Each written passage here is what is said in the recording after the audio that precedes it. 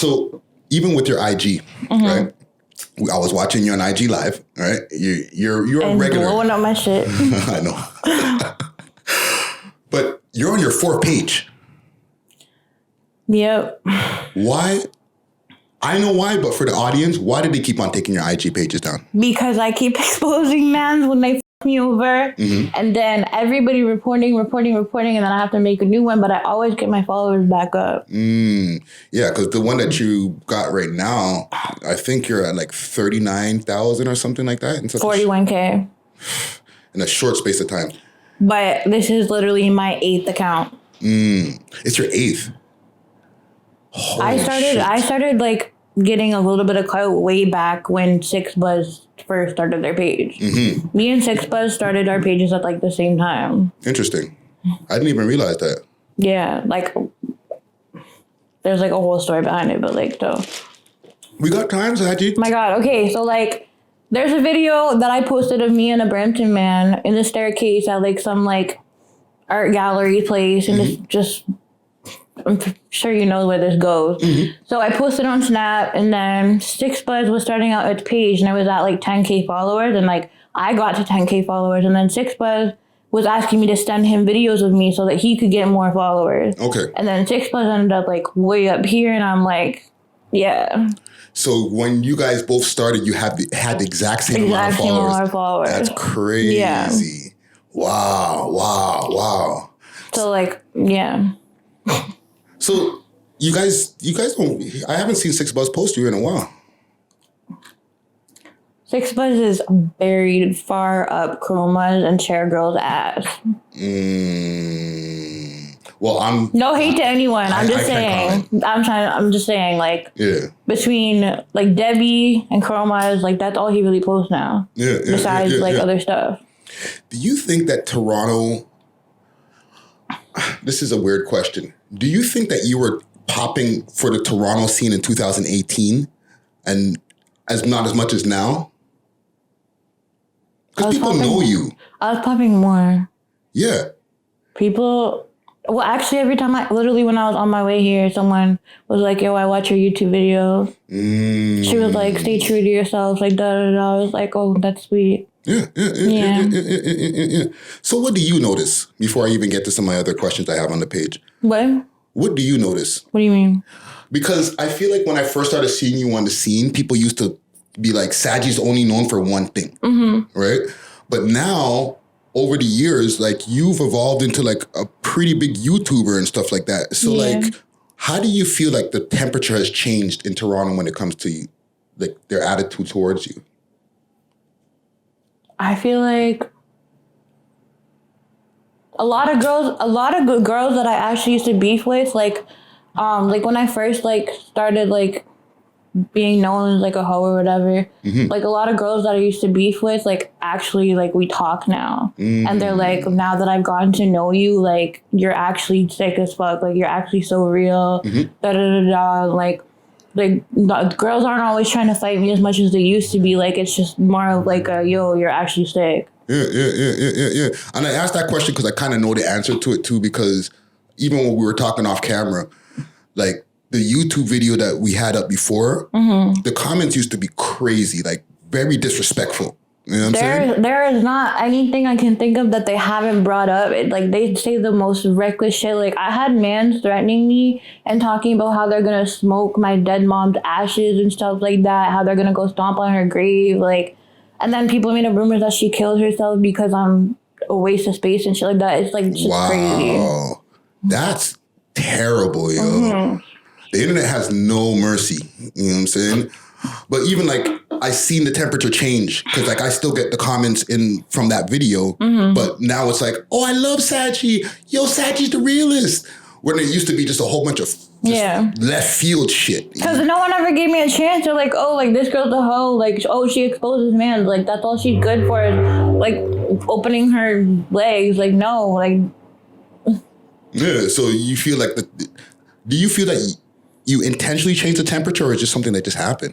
It's just something that happened. Okay.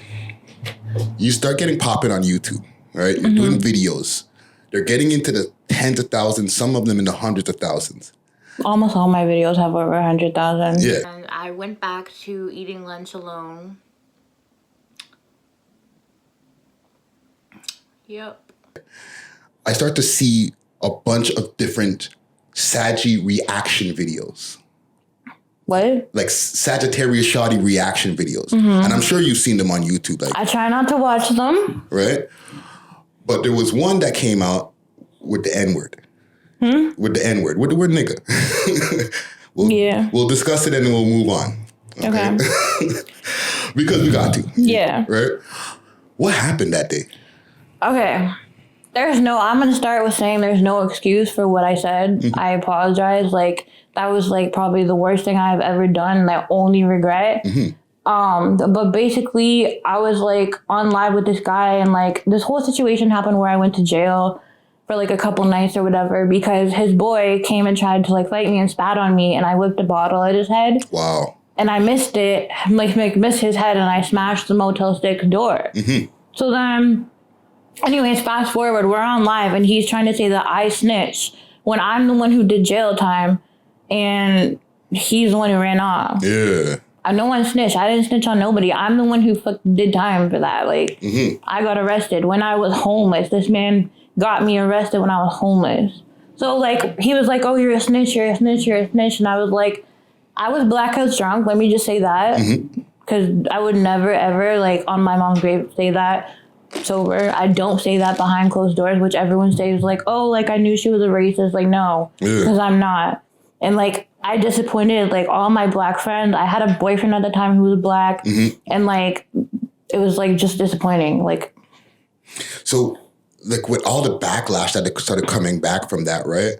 Because like, and I'm gonna say we're because like we're in the public eye too. Like, you know what I'm saying? Like, anytime like something bad starts happening, it affects us somehow. Yeah. So how did it affect you, like seeing all that backlash?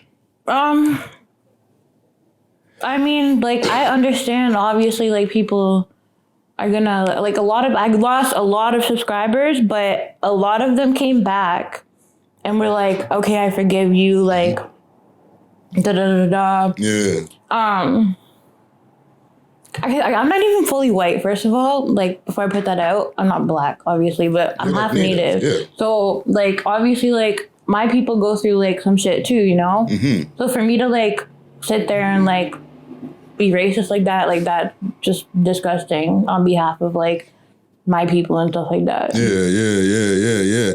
Well, listen, we spoke about it when it first happened. My apology video was half-assed. It was shitty. That's why I deleted it. But, like, it's kind of being brought up again now. Like, people keep trying to post it. I'm trying to put it behind me, but, like, all I can do is just keep apologizing. That's all I can really do. Like, I'm not going to sit here and make excuses because there are no excuses. Well, you got to understand also, we're living in a cancel culture. So yeah, that's what I'm really scared of. Like, you know, so anytime, like, somebody is popping, there's going to be something or somebody out there like, yo, you remember when you did this? Yeah. Right? But if you weren't popping, nobody would give a shit. Yeah. You know what I'm saying? Doesn't make it right, but nobody would give a shit if you weren't popping. Well, I've obviously learned my lesson, like. No, I appreciate you addressing that. You know what I'm saying? Okay, what do I got here? Little White Lie. No way, you're bringing up my brother. Oh my God. So you and your bro, you got a couple videos together. Yeah. They're a grand, the white man getting loud for the crowd. I don't need a hype man, taking random shots like. Tell us about y'all relationship before we get into his music and stuff. Our relationship, I don't know. We just like I support his music and like he supports my like. He knows about everything that I do. Like, he watches my video. He put all his friends on my videos. They're in their 30s. Like, I, like, go to his house and, like, he's with his friends. And they're all like, oh, my God, I love you. Like, even some people in their 40s. Like, I'm like, yo, this is lit. Yeah, he, like, makes music. He's been making music for a long time. And he's actually pretty good. He is. I used to hate on him a lot because I thought he was, like, don't want to be gangster. But, like, now I'm like, yo, like, whatever. And, like, a lot of my followers are, like, going over to his page now, too. He's got a lot of views on the music videos that y'all got together. Yeah. And, like, I took in this music, and he's got a lot of fucking bars. Yeah. Yeah. Did you guys have a good relationship growing up? You guys got along? No. No? So tell us about that. Like, why did you guys butt heads? I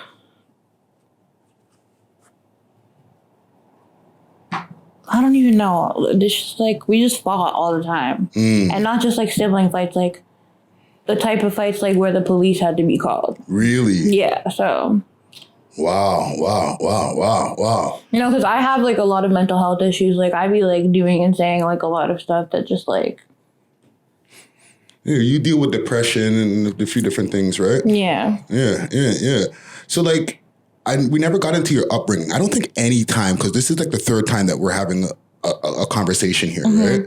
And in the first two times, like, we never even got into Saggy, like, how did you come to be the way that you are, kind of thing, right? So like, what was your upbringing like? Because like, I know you had your mom and your dad in the household, and then your mom passed a few years ago. Yeah. Right? So like, what was life like before that? Honestly, I had like, I want to say like almost the perfect like family, like the perfect like life. And then obviously like there's a lot of suicide attempts in like high school. I had to drop out. Like the reason I didn't finish high school is because of my anxiety and my depression. Right. But other than that, like shit was really smooth. Like I had a good childhood, but my parents were like, no one would like see me and like think this, but my parents were dumb strict. Like I had a curfew of like 6 o'clock. My phone was always taken away from me. Like I couldn't really go anywhere. I wasn't allowed to drink. I wasn't allowed to smoke. If I got caught smoking weed, like they would flush that shit. They were crazy. Wow. So like, were you like an outgoing kid, a shy kid? I was shy, and then like people started like getting to know me, and then I became like really popular in my city, like really popular. Like if I went somewhere, like everyone knew me. So like, when did you first feel that you got like into like quote unquote bad things? You know what I'm saying? Like right after my mom died. Yeah. Like I feel like people deal with death differently, and like I just kind of took like a wrong turn. Okay. But I don't really regret it because like I ended up here. Yeah. Listen, I feel like, and we can relate in different ways, right? Because I didn't go the same path. Like I you know, I'm a hustle. I've hustled over my lifetime. Yeah. So I've done a lot of fucked up things in the streets. You know what I'm saying? But you know, all those different things brought me to where I am now. So I don't regret it. You know, including the fucking year and change that I did in jail and all that. You know what I'm saying? So I completely get where you're coming from.